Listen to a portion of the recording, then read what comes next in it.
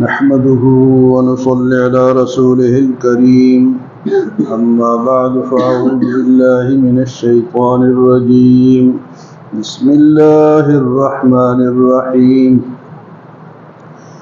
وقال الذين كفروا للذين آمنوا لو كان خيرا ما سبقونا إليه وَإِذْ لَمْ يَهْتَدُوا بِهِ فَسَيَقُولُونَ هَذَا إِفْكٌ قَدِيمٌ وَمِنْ قَبْلِهِ كِتَابُ مُوسَى إِمَامًا وَرَحْمَةً وَهَذَا كِتَابٌ مُصَدِّقٌ لِسَانًا عَرَبِيًّا لِيُنذِرَ الَّذِينَ ظَلَمُوا وَبُشْرَى لِلْمُحْسِنِينَ إن الذين قالوا ربنا الله ثم استقاموا فلا خوف عليهم ولا هم يحزنون أولئك أصحاب الجنة خالدين فيها جزاء بما كانوا يعملون.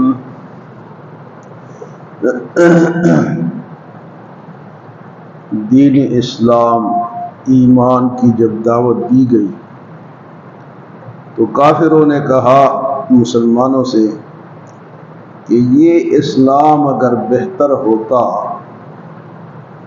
تو یہ جو ہم بڑے بڑے کافر ہیں تو ہم پہلے اس کو اختیار کر لیتے. یہ غریب غربا مسلمان جو بنے ہیں اگر یہ بہتر ہوتا تو ان سے پہلے ہم اس کو حاصل کرتے. ہم ایماندار تھے کیونکہ ہم مالدار ہیں. ان کا مطلب یہ تھا کہ مالدار کا مطلب ہے کہ یہ عقل میں بھی زیادہ ہے, سمجھ میں بھی زیادہ ہے. تو عقل اور سمجھ تو اور چیز ہے, مال اور چیز.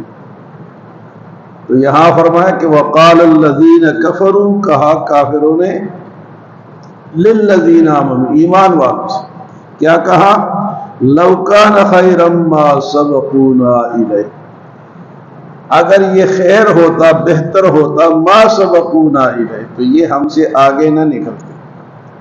جس طرح دنیا میں ہم ان سے آگے ہیں تو اس دین میں بھی ہم ان سے آگے ہوتے ہیں.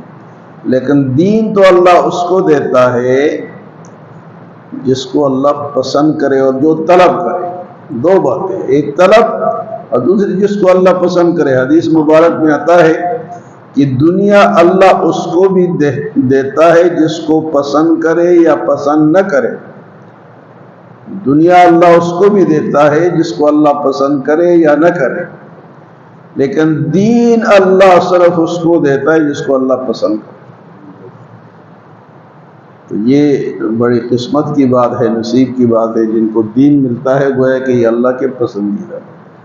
تو کافروں نے کیا کہا کہ وقال الذین کفروا للذین آمنوا, کافروں نے ایمان والوں سے کہا لو کان خیرا ما سبقونا الیہ, اگر یہ بہتر ہوتا یہ دین, یہ ایمان, یہ اسلام, تو ما سبقونا الیہ, ہم سے آگے نہ نکلتے. تو ایک تو یہاں سے قرآن سے یہ بات بھی ثابت ہو گئی کہ جو بہتر تھا, جو خیر تھی, وہ صحابہ نے حاصل کی, چاہے وہ غریب تھے. صحابہ نے اس کو حاصل کی.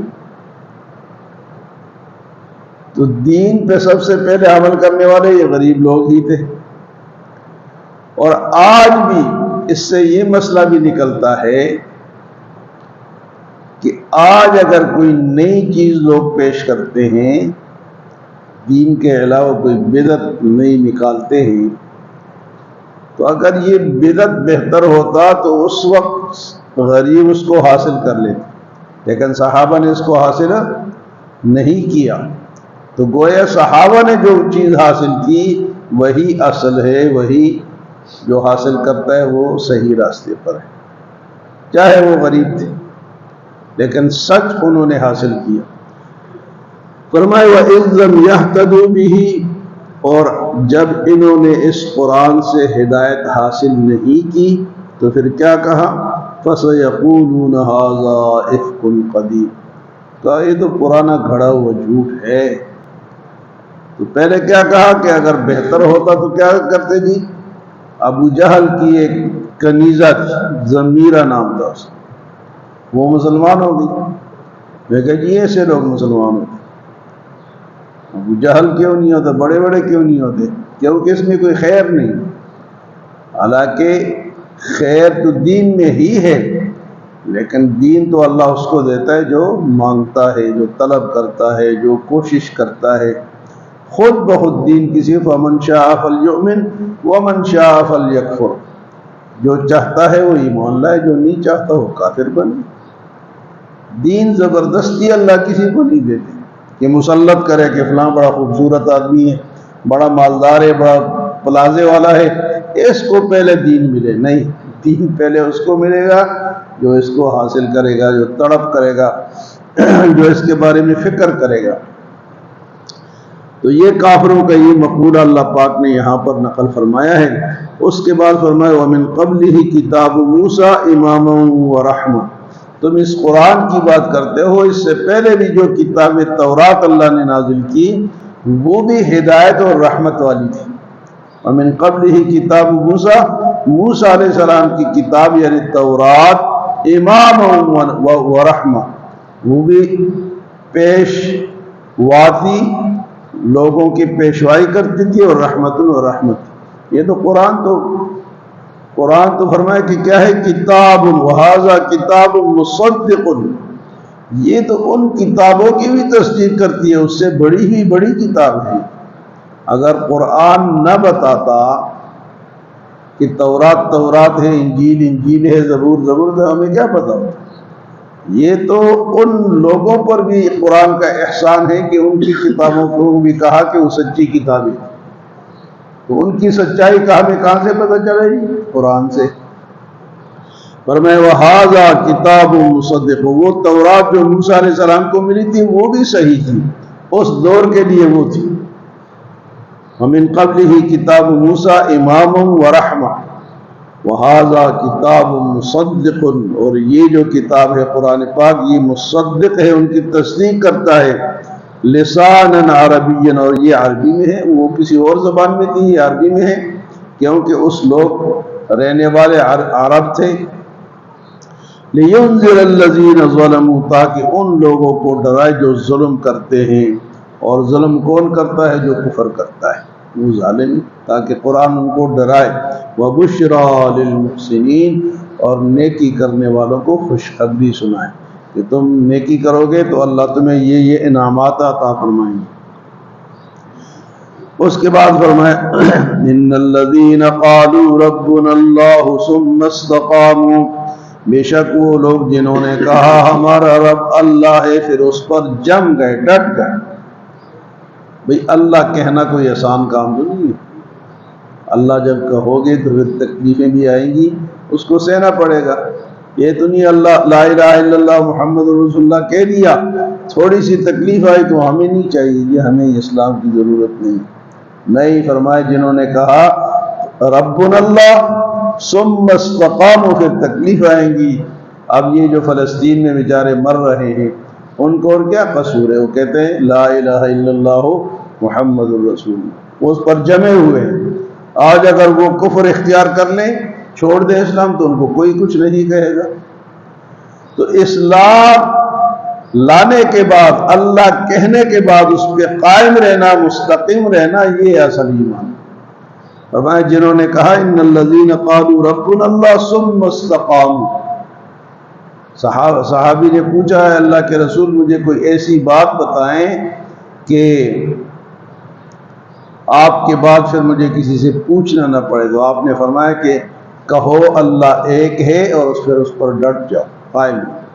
اسی آیت کا ترجمہ ان الذین قالوا ربنا اللہ ثم استقاموا، جب اس پر ڈٹ گئے، تکلیفیں اٹھائی، ہر قسم کے تکلیفات کو برداشت کیا، فرمایا کیا ہوگا فلا خوف علیہم، ان پر آئندہ کوئی خوف نہیں ہوگا، ولا هم یحزنون، اور نہ وہ پچھلا جو رہ گیا اس سے وہ غم کریں گے کہ اللہ یہ کیا رہ گیا، نہیں، نہ وہ پچھلے کا غم کریں گے، اور آئندہ کا خوف بھی اللہ ان سے دور کر دے گا۔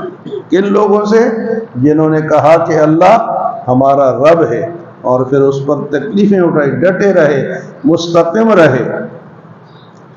فرمایا کہ اولئک اصحاب الجنت خالدین فیہا، یہ ہے وہ جنت والے لوگ جس میں ہمیشہ رہیں گے، جزاء بما کانوا یعملون، یہ ان کا بدلہ ہے ان کے کیے کا، جو وہ کرتے رہیں اس کا بدلہ جنت کی ہمیشہ رہنے والا ہے۔ تو آج کی ان آیت میں فرمایا وقال الذین کفروا، کافروں نے کہا اگر اسلام بہتر ہوتا، ایمان بہتر ہوتا تو ہم ان غریبوں سے پہلے حاصل کرتے۔ تو یہ ان کی خام خیالی تھی، جھوٹ تھا ان کا، اسلام ہی بہتر ہے۔ تو اس کے بعد فرمایا کہ اگر اس قرآن کو تم نہیں مانتے تو پہلے تورات بھی تو آ چکی ہے، وہ بھی پیشوا تھی، وہ بھی اللہ کی کتاب تھی اور وہ بھی ہدایت کی کتاب تھی، تو یہ تو اس کی بھی تصدیق کرتی ہے، اس سے بھی آگے ہے، پھر اس قرآن کو کیوں نہیں مانتے؟ اور اس کے بعد فرمایا کہ جو لوگ کہتے ہیں کہ اللہ ہمارا رب ہے، پھر اس پہ تکلیفوں کو اٹھاتے ہیں، مستقیم رہتے ہیں، قائم رہتے ہیں، فرمایا کہ ان لوگوں کو نہ خوف ہوگا اور نہ ڈر ہوگا، اور یہی جنت والے لوگ ہوں گے۔ اللہ ہمیں عمل اور سمجھ کی توفیق عطا۔